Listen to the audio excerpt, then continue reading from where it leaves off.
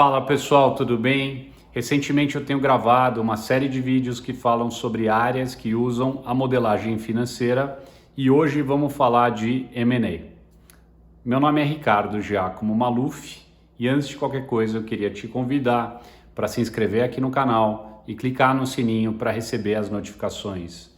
Esse é um incentivo importante para que eu possa cada vez mais produzir conteúdo de qualidade por aqui. Tá legal? Então vamos lá falar de M&A, que é sim essa área que usa bastante a modelagem financeira no seu dia a dia. E M&A em inglês significa Mergers and Acquisitions, que em português, fusões e aquisições, basicamente aquela área que cuida da compra e venda de empresas. E eu acho que a gente consegue segregar essa atividade em dois principais grupos, né? O que se chama de sell side e o que se chama de buy side. Sell side é aquela área ou aquela atividade que cuida da venda da empresa. Buy side é aquela área ou atividade que cuida da compra de uma empresa, né? Normalmente a área de sell side ou aquela área que ajuda a vender uma empresa, ela está externa às empresas que estão sendo vendidas, ou seja, não é ninguém de dentro da empresa que vai vender a própria empresa. Normalmente são agentes externos, que são banqueiros de investimento ou pessoal de boutique de investimento ou até consultorias que têm áreas de fusões e aquisições. Então, o sell side normalmente é o que dá a fama de M&A ou de fusões e aquisições de ser uma área que paga bem. Tem também o outro lado, que é o lado do buy side, que normalmente tende a estar dentro das empresas, mas não em todos os casos, né? Então, existem então empresas grandes, como, sei lá, Natura, por exemplo, Nestlé e assim por diante, né? Então, empresas grandes que estão sempre olhando outras empresas para serem compradas. Por exemplo, o iFood, recentemente tive com o CFO do iFood e ele comenta como a aquisição de empresas faz parte da estratégia deles. Então, essa é a área de buy side, ou seja, o lado da compra, né? Então, o lado da compra muitas vezes está dentro da empresa que está comprando, mas não necessariamente. Pode ser que essa empresa contrate um agente externo para fazer essa compra, mas eu diria que se a gente fosse generalizar, o sell side tende a estar fora das empresas e o buy side tende a estar dentro dessas empresas que têm estratégia de adquirir, né? Então, eu acho que é mais interessante a gente focar aqui no sell side, que eu acho que é o interesse da maior parte das pessoas de conhecer um pouquinho melhor a dinâmica de uma área como essa, né? Então, de novo, né? Os bancos têm áreas de fusões e aquisições, tanto esses bancos nacionais, Bradesco, Itaú, Santander, como especialmente esses bancos internacionais mais sofisticados, né? Tipo Goldman Sachs, JP Morgan, né? Morgan Stanley e assim por diante, né? Credit Suisse. E essa área de fusões e aquisições não fica só restrito aos bancos, né? Existem consultorias, que são consultorias de grandes nomes, né? Grandes nomes internacionais, de consultoria que tem áreas de fusões e aquisições, ou até mesmo boutiques, que são empresas pequenas, que têm profissionais que já trabalharam em alguma dessas empresas grandes, internacionais, e já têm uma experiência. Eles vão lá e abrem uma empresa pequena, que tem pouca gente, mas gente com um capital intelectual ali elevado, e que tem então, apesar de equipe enxuta, uma capacidade de fazer transações, né? E por que o M&A ele é tão famoso com relação à remuneração? Porque quando o M&A, o sell side, ele consegue vender uma empresa, normalmente essa empresa que está sendo vendida, ela fez um acordo. Ela fala assim, ó, eu vou te remunerar um valor fixo, que pode ser que exista ou pode ser que não exista, e também vou te dar um valor variável. Se você conseguir vender a minha empresa, você vai ganhar uma bolada, e essa bolada vai lá ou para o banco de investimento, ou para a consultoria, ou para a boutique. E normalmente os executivos que estão envolvidos com a execução desse trabalho costumam ganhar bônus relevantes, caso sejam executivos que têm a capacidade de concretizar essas transações. Não adianta só fazer M&A, pegar um monte de mandato. Mandato é um documento que a empresa assina, autorizando esse vendedor, né, essa área de fusões e aquisições, a levar o nome da empresa ao mercado. É claro que existe uma série de cuidados que precisam ser tomados para que o nome não caia aí no mercado de maneira pouco cuidadosa, porque isso pode manchar a reputação de uma empresa que potencialmente esteja sendo vendida, né?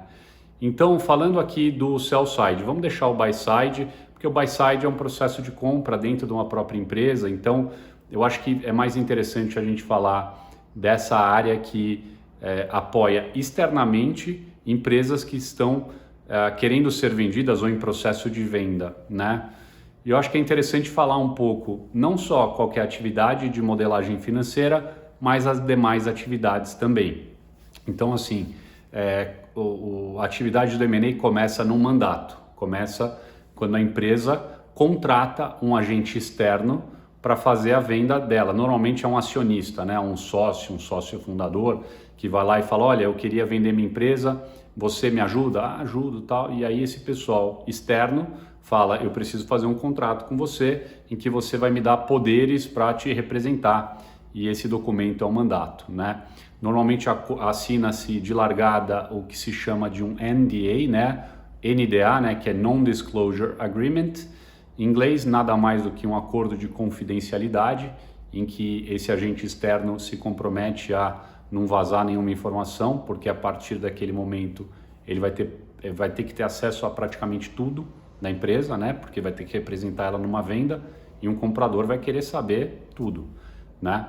Claro que não de uma vez, isso é muito fracionado, a forma como as informações vão sendo disponibilizadas, até por uma questão de cuidado, né?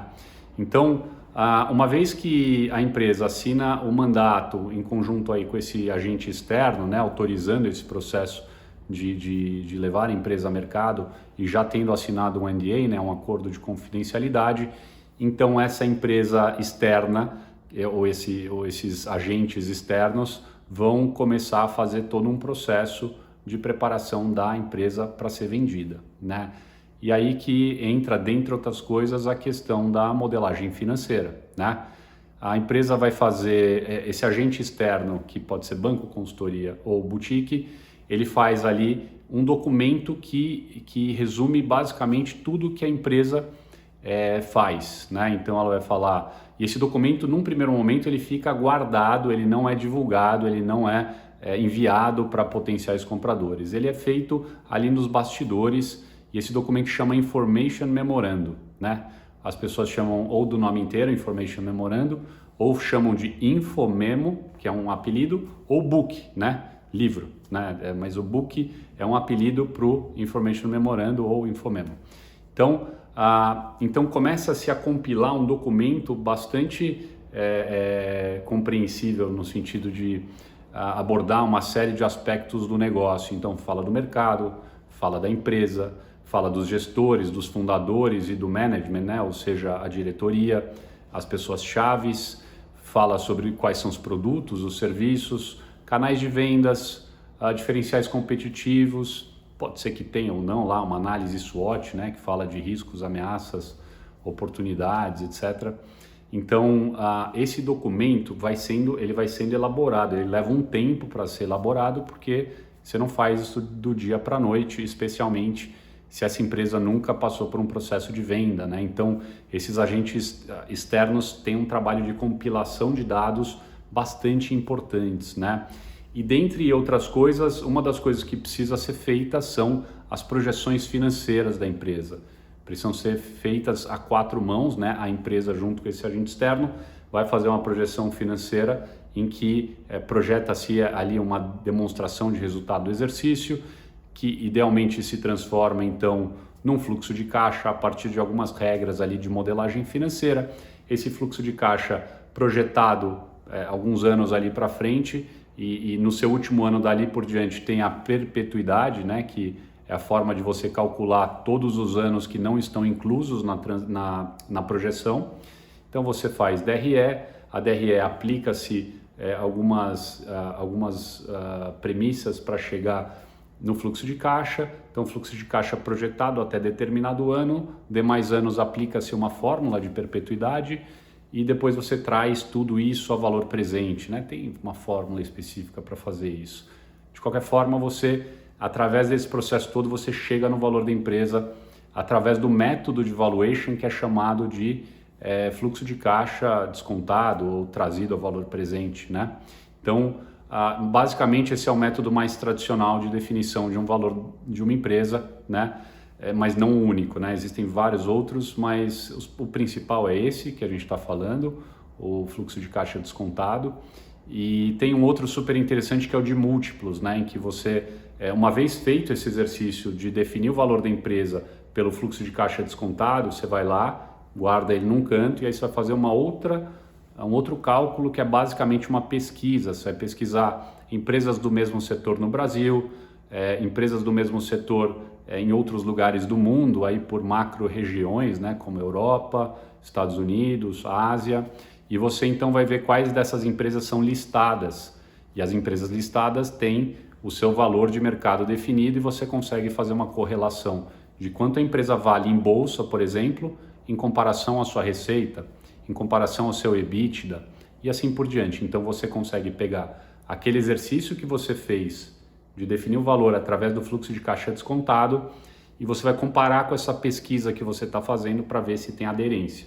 Se não tiver, precisa pensar com muito cuidado se não tem nenhuma premissa errada nesse exercício aqui, ou se tem algum motivo para estar diferente. Mas não só deve-se procurar empresas de capital aberto, é interessante também olhar para empresas que tenham sido envolvidas em alguma transação, tenham sido vendidas. E aí precisa ver que informações públicas tem a respeito dessa venda.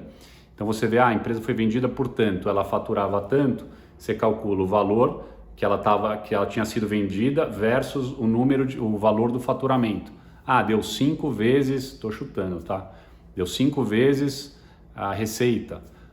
Então 5 vezes receita. E aqui no seu exercício de fluxo de caixa descontado, deu um valor, sei lá, você calculou 500 milhões de reais de valor da empresa, e você vai ver que ela fatura 100 milhões no último ano, deu 5 vezes também, então está aderente. Então mais ou menos esse exercício.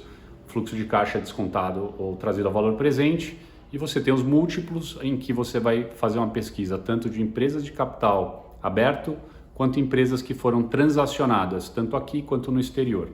Então, basicamente, o valuation num M&A, numa área de fusões e aquisições, ela é feita através, principalmente, desses dois métodos em que eles são comparados, né? E então, existe o trabalho do Information Memorandum e o trabalho do valuation, né? O que acontece? Além disso tudo, além de preparar esses dois documentos, né? Na verdade, um é documento, né? Fecha aspas, né? É um material em que tem todas as informações da empresa, do setor, dos produtos, das pessoas-chaves, e do outro lado é um material quantitativo, que é basicamente quanto que vale a empresa através de dois métodos que estão comparados. Então você tem um material qualitativo, em que você conta tudo da empresa, do setor, etc., e um outro quantitativo, em que você tem o valor da empresa a partir de alguns cálculos e pesquisas, né? Normalmente, qual dos dois você vai divulgar? É o book ou o Information Memorandum. Normalmente você guarda essa informação do valor da empresa como uma informação estratégica, você põe ali na gaveta e não comenta nada. Enquanto isso tudo está sendo preparado, porque leva um tempo, é um trabalho bastante árduo, o que é importante fazer, esse pessoal, esses agentes de fusões e aquisições, né? Estou usando o termo agentes para não falar banqueiro, nem para falar boutique, nem consultor, porque depende do caso, né? Mas esses agentes de fusões e aquisições, eles começam a pesquisar quem que seriam os possíveis compradores de uma empresa como aquela. Então vai olhar quem são as empresas de grande porte do setor que poderiam ter interesse em comprar aquela empresa, vão olhar para fundos de private equity que estão olhando para setores parecidos com aquele, ou olhar para quem já fez alguma transação que talvez não foi naquele setor, mas tinha alguma característica de empresa parecida com aquela. Dá também para olhar para empresas no exterior que sejam dos setores, você fala, será que essa empresa não quer entrar no Brasil? Né? Estou pensando pré ou pós-Covid, obviamente, né? Mas assim, esse vídeo está sendo gravado aqui em maio de 2020, então tem essa questão. De qualquer forma, você pode tentar vislumbrar quem seriam os possíveis compradores para essa empresa, nacionais, internacionais, empresas ou fundos, e aí você faz uma lista, né, existe o long list ou short list, ou seja, você vai fazendo listas para que você consiga começar a contatar esses caras. E você não vai ligar e falar assim, ah, olha, o agente, né? O agente de fusões e aquisições não vai virar e falar, olha, eu tenho a empresa XPTO, vai falar o nome da empresa. Ele vai falar assim, olha, eu tenho uma empresa com mais ou menos tanto de faturamento, com mais ou menos tal setor, é mais ou menos, para quem já jogou aquele jogo cara a cara, né? Olha, não tem cabelo, tem óculos, mas você não pode falar o nome, né? Porque senão a pessoa mata que empresa que é aquela, vai lá e contata direto a empresa, ou divulga no mercado que a empresa está sendo vendida, o estrago pode ser grande caso não haja cuidado. Então, a pessoa liga ali, faz uma lista de potenciais compradores e sai ligando e vendo quais daqueles teria potencial interesse na compra. Então, de uma lista longa, você chega numa lista curta, porque uma série de pessoas falam, não estamos olhando, a gente não vai fazer aquisição nos próximos anos, ou a gente está fechando a operação no Brasil. Então você vai tirando alguns caras da lista e de uma lista maior você tem uma lista menor, e dessa lista menor o que você faz é enviar uma informação prévia. E essa informação prévia chama teaser, né? Teaser no sentido de provocar, né? Provocador, né? Então você está provocando com base... Então normalmente é uma página com poucas informações, fala o setor, se tiver poucas empresas naquele setor daquele tamanho, você tem que falar mais ou menos o setor, mais ou menos o tamanho, mais ou menos o número de empregados, que tipo de produto. Então, você tem que medir o que você consegue ou não consegue colocar. Rentabilidade, de uma maneira genérica, só uma folha, manda. E aí, se a pessoa fala, não, me interessa, aí começa-se um processo um pouquinho mais, que tem que ter uma trilha, né? Então, se o cara fala, ok, me interessou, você manda um acordo de confidencialidade para esse potencial comprador assinar, e você não vai abrir o nome da empresa enquanto esse potencial comprador não assinar esse documento, porque aí você está legalmente, mas especialmente é um compromisso moral. É um compromisso moral importante, porque se vaza alguma coisa, você tem ali a assinatura do diretor, do presidente daquela empresa, falou, ó, os caras vazaram e tal, né? Então, a partir do momento que se assina o NDA, você começaria, esse agente externo poderia começar a enviar as informações para o potencial comprador e para os potenciais compradores. Então, o que se manda é o Information Memorandum e eles vão analisar essas informações todas, vão tirar uma série de dúvidas, vão fazer uma série de perguntas, e aí tem um limite de quanto de informação se deve abrir com relação à empresa, né? Você não vai dar o agente externo não vai dar todas as informações, vai passar ali só as informações que sejam importantes para a transação e que não exponham muito a empresa, até porque a partir do envio do Information Memorandum e de algumas perguntas serem respondidas, em algum momento esse agente de fusões e aquisições tem que virar para o comprador e falar assim, amigo, agora eu preciso que você assine um outro documento que você confirma o seu interesse prévio, né? E normalmente esse documento tem vários nomes, pode ser MOU, LOI, tudo em inglês, né? Ou Term Sheet, né? O MOU, Memorandum of Understanding, LOI, Letter of Intent, né? MOU é Memorando de Memorando de Entendimentos, LOI, Letter of Intention, seria carta de intenções, ou Term Sheet, que é uma carta de termos, sei lá. Então, assim, tem vários nomes, mas a partir de determinado momento em que o comprador já tem as informações, se ele quiser entrar no detalhe, quiser falar com, sei lá, com algumas pessoas da empresa, ou tiver acesso aos nomes das pessoas, sei lá, você começa a entrar numa zona meio perigosa dali em diante, né? Acho que até falar com as pessoas é um negócio mais delicado, mas ter acesso a um nível de detalhe muito grande. Então, é preciso assinar um novo documento, que é esse MOU, né? Vamos chamar de MOU só para simplificar. E a partir do MOU, então, o que se estabelece? O comprador fala, olha, eu a princípio tenho sim interesse em comprar, achei a empresa super interessante, faz sentido para mim, eu pagaria mais ou menos o valor de tanto a partir de determinadas condições. Ele coloca algumas condições para colocar, para fazer com que a transação se concretize, né? Então, na verdade, é um acordo entre as partes, né? É um acordo entre o comprador, o vendedor e ali o pessoal que está envolvido na transação. Então, a partir da assinatura desse documento, aí sim as informações são quase que praticamente abertas de uma maneira muito maior, muito mais detalhada. entra em campo equipes de due diligence, que são as equipes que vão fazer a auditoria das informações tributárias, trabalhistas, financeiras, contábeis, ambientais, comerciais e assim por diante. A due diligence antigamente era pouquíssima coisa, era financeira e trabalhista e fiscal.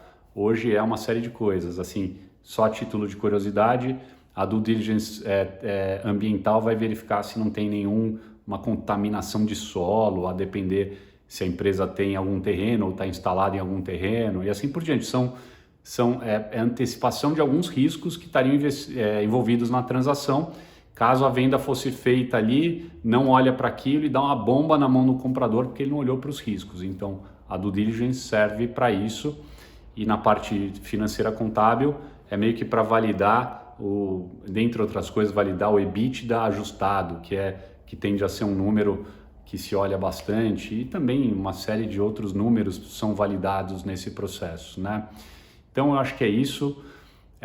Depois, então, dessas validações aí através de due diligence, existem várias pequenas etapas, mas de maneira geral vai prosseguindo para assinar um SPA ou um SPA, que é Selling and Purchase Agreement, contrato de compra e venda, né? Que é o documento que firma o processo e as condições e etc. da compra, tá? Assinado o NDA, então assim, existem duas etapas finais de um processo de M&A.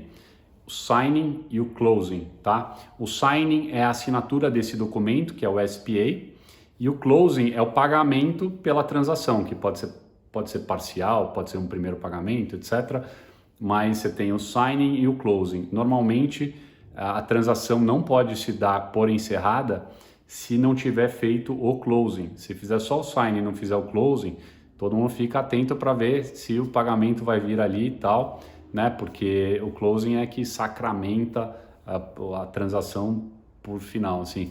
É claro que tem algumas transações que talvez não envolvem um pagamento direto num primeiro momento, então signing junto com closing, mas aí são detalhes. Voltando no elemento de modelagem financeira, o que é interessante? É interessante que a modelagem financeira tem tudo a ver com o processo de valuation. O valuation é uma das formas de modelagem financeira, uma coisa que eu falo bastante aqui. Modelagem financeira não é igual a valuation.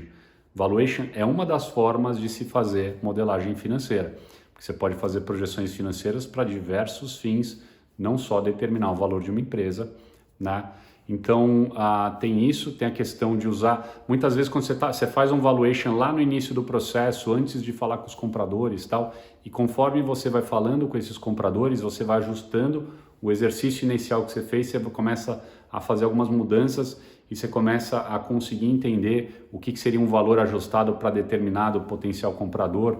Você pode começar a calcular sinergias, você pode começar a inserir lá na tua modelagem financeira, no teu valuation, algum elemento específico de determinada transação que tem a ver, sei lá, com a permanência de determinado sócio que depois sai e tem alguma questão de ações. Então, dá para fazer muita coisa com relação à modelagem financeira ao longo desse processo inteiro. Então, você começa com um valuation mais idealizado da cabeça ali de todos os envolvidos, e esse valuation ele vai sendo ajustado conforme as conversas vão acontecendo até que se chegue idealmente numa transação que faça sentido, e o modelo vai sendo ajustado a isso e a diversos outros cenários e torce para que a transação se concretize.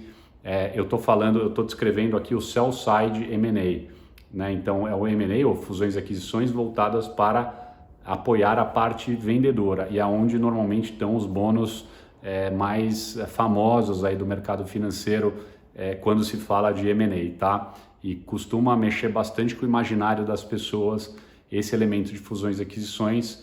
Por isso que eu achei que era super interessante fazer então esse vídeo, como eu tenho feito de várias outras áreas que usam aí a modelagem financeira no seu dia a dia. Com relação a inovações em modelagem financeira, eu poderia dizer que no que diz respeito a transações ou em transações, o Excel ainda é bastante importante, pelo menos até os dias de hoje. Eu estou falando aqui no finalzinho de maio de 2020, né? Então, Mas eu acho que é isso aí, espero que você tenha gostado desse vídeo. Se você gostou, não esquece de deixar seu like, super importante para ajudar no algoritmo aqui do canal, para que essa informação chegue ao maior número de pessoas, tá bom? Se você acha que alguém pode se beneficiar desse conteúdo, não esquece de compartilhar. Dá para compartilhar no celular, dá para compartilhar no computador, é só clicar na setinha, ou dá para copiar o link, dá para compartilhar de várias formas. Então compartilha o máximo que você puder para as pessoas que você acha que podem se beneficiar. Aquela pessoa que quer saber mais, ou porque tem interesse na área, ou porque quer vender empresa, ou porque trabalha em outra área, e assim por diante. De resto, fica o convite para olhar o meu Instagram, para quem já não segue lá, é ricardo.giacomo.maluf, beleza? E eu acho que é isso aí. Eu espero que você já esteja inscrito no canal. Se não tiver, aproveita já. E a gente se vê então aí nos próximos vídeos. Tá legal? Valeu, até lá!